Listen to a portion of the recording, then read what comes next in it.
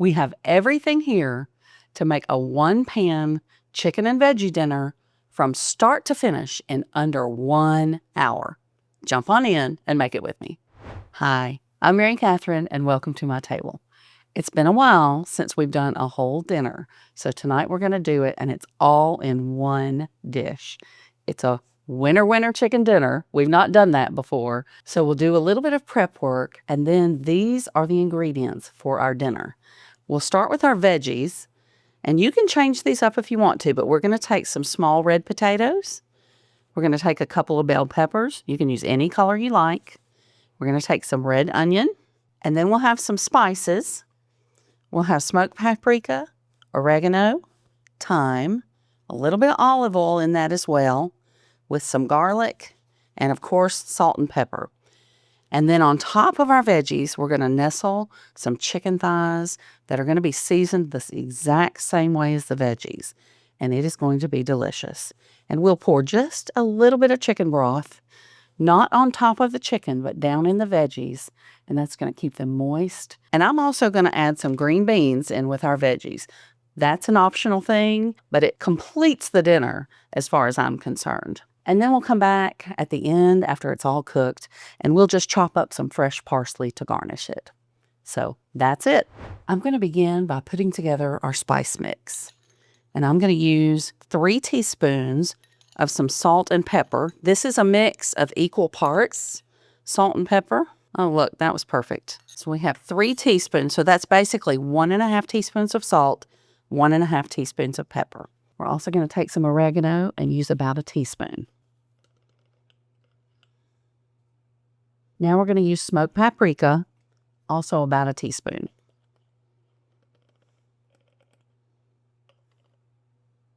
And now we want to come in with some ground thyme. We're only going to use about half a teaspoon of this. Okay, perfect. Well, I think that does it.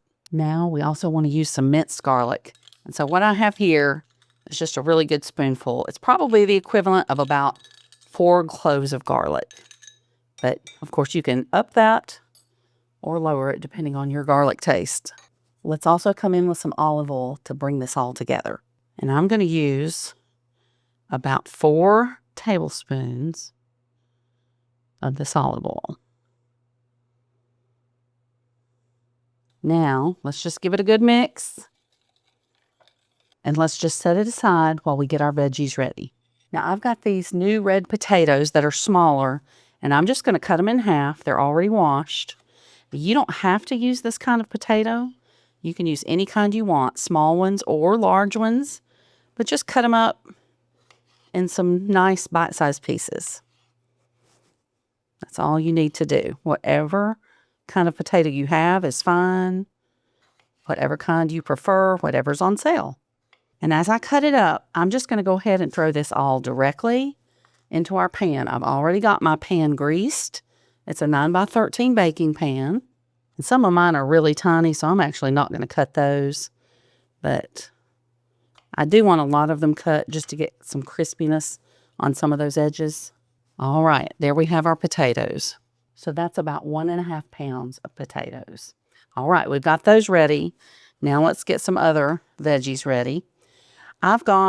This was a really large red onion, and so I'm just going to take what I have left, it's probably about half of it, and I'm just going to slice it in wedges like this. We don't need it real small. It's going to kind of break up anyway as it cooks and as we stir it together.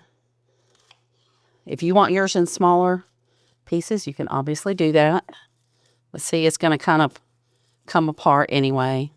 It's going to work out to be just fine. Now let's take our peppers.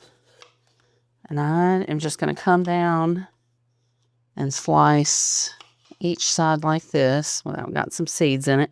And we're just going to take it. We're just going to cut these in strips. And then I want these to kind of be bite-sized, so I'm going to go back and cut the strips in half. And we're just going to scatter them across our veggies too. I may just use about half of each one and save the other half of each pepper for another dish, but I love using multiple colors of peppers just because it's so pretty in a dish. And it just looks appealing.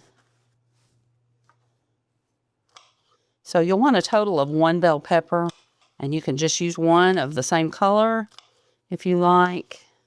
But if you know that you'll use the rest of it, go ahead and buy a couple and get different colors if you want. Make the dish pretty. All right, our final veggie is our green beans. Now, this is optional, but I'm going to add it so that we kind of have a good, complete meal here. And this is a bag of frozen green beans. It's 8 ounces.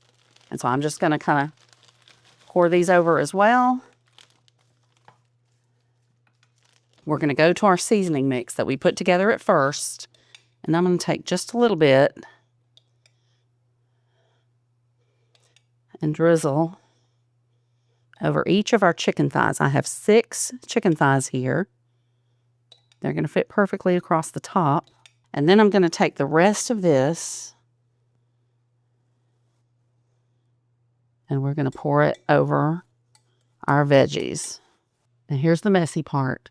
The easiest way to do this is just use your hands. And then we'll wash them really well after we do it. I'm just going to get my hands dirty. And I'm just going to kind of move all these veggies around so that this mixture of the olive oil and our seasonings gets spread throughout all of our veggies. Grab what's on the bottom, pull it up to the top, and I can see it moving through all these veggies, and I can also feel it. And you can see you're getting lots of good color on those potatoes where they've got the seasoning and the olive oil.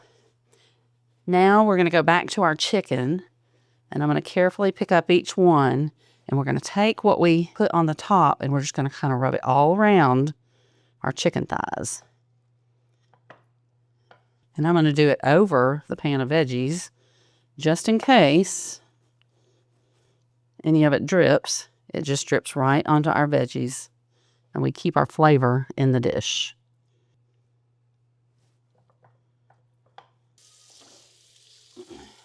Now that we have everything in our pan, we're going to go in with that chicken broth. We don't want to pour it over the chicken breasts because we want all those seasonings. Oops. We want all those seasonings to stay on top of them. So I'm just kind of going around where some of the veggies are showing and putting it. This is half a cup of chicken broth.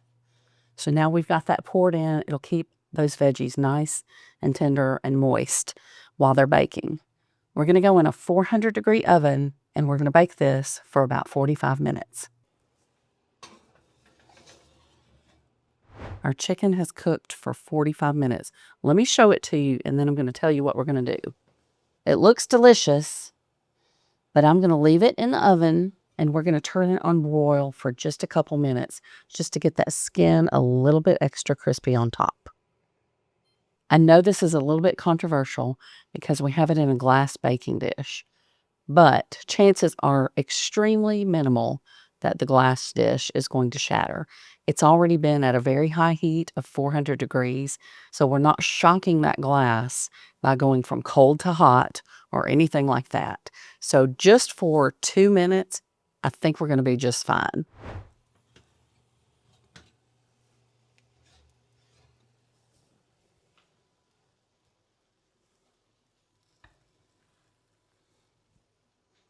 All right, let's look at this closely. Let's pan down to the dish. I love that we got a little bit of crispiness on that chicken skin now. And you see the veggies. We're going to get a little char to some of them that were exposed around the chicken. So we'll get a little bit of crispy potato, maybe a little bite of crispy green beans. But we're also going to have some that are soft and moist underneath. So it's going to be a really good combination of flavor explosion in your mouth, but also different textures.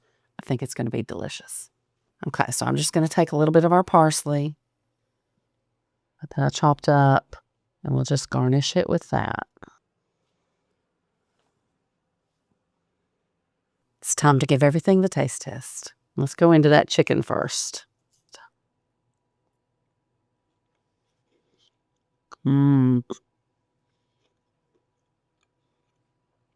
That is good. It is tender. It is moist. That's why I love using chicken thighs with this. You can use something else if you like. You can use the chicken breast, but those thighs stay so good and moist. All right, let's taste some of our veggies here. Mm. Mm. Those are cooked perfectly. Mm. That's good. This is a dish that has lots of flavor. It's not extremely heavy on the salt. So if you wanted more salt, this is the time while it's still warm. You could add it to your plate if you want to. But those flavors are really good and everything is cooked perfectly. That chicken is tender and juicy, and those vegetables, they're just great. So this is a simple dish. It is a complete supper in one dish, and we love that. Well, thank you so much for joining me today at Mary Catherine's Table. I hope this inspires you to make a dinner soon that's so easy, simple, quick, and delicious. Remember to hit that subscribe button and ring that bell if you'd like notifications when we come out with new videos. And share our videos with your friends too. We always love that.